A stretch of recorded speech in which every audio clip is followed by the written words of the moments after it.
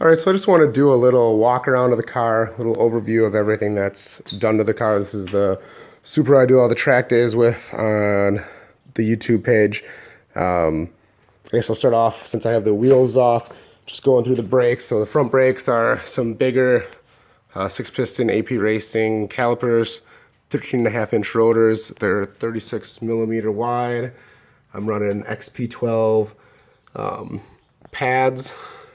As you can see there, I have Teen Flex coilovers. They're corner balanced, 750-pound springs in the front, 450 in the rear.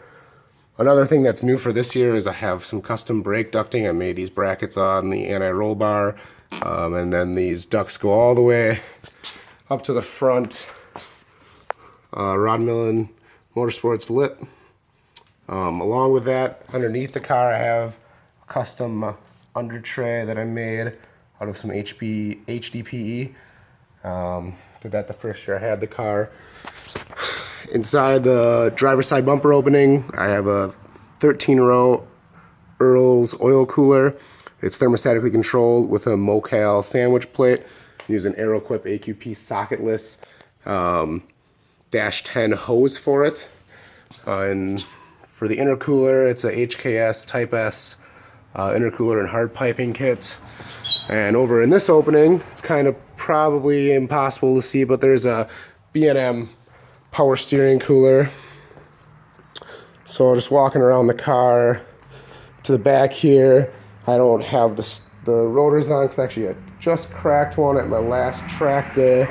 See, I have it sitting right here. There's the crack. So these are going to be replaced tomorrow because I have another track day on Monday at Blackhawk Farms. But just the stock rear calipers and rear rotors, and again I use XP12 pads back there. The exhaust is a 4-inch straight pipe from the turbo back. Walk around and show you guys what that looks like. That was new last year on the car. I have a Rodmillen Motorsports rear wing on it. Inside the car, one thing that's different is I have a 98 style steering wheel, but it's actually out of a 2001 Corolla S, so it's got red stitching. And then I decided to use the airbag out of a Celica, so it's like a 2001, I think, Celica airbag. So I kind of like that look. I definitely prefer the 3-spoke to the stock 4-spoke. It's got a C's short shifter and a Blitz turbo timer. One of the things that the car really does need is it still is on a stock ECU using a VPC GCC setup, and especially on the road course, that's something that the car is lacking, is good control of the motor. Let me just get the hood propped here. So in the future, near future, I want to get an EMS for the car. I'm not sure what yet, either an AEM Infinity or a Pro EFI or maybe a Vipec. Got to decide. So here's the engine bay. It's a T61 Precision dual ball bearing 0.68 AR turbo. It's a Boost Logic manifold and single turbo kit. AEM dry flow filter. I have a manual boost controller here. I normally am running 14 to 18 PSI.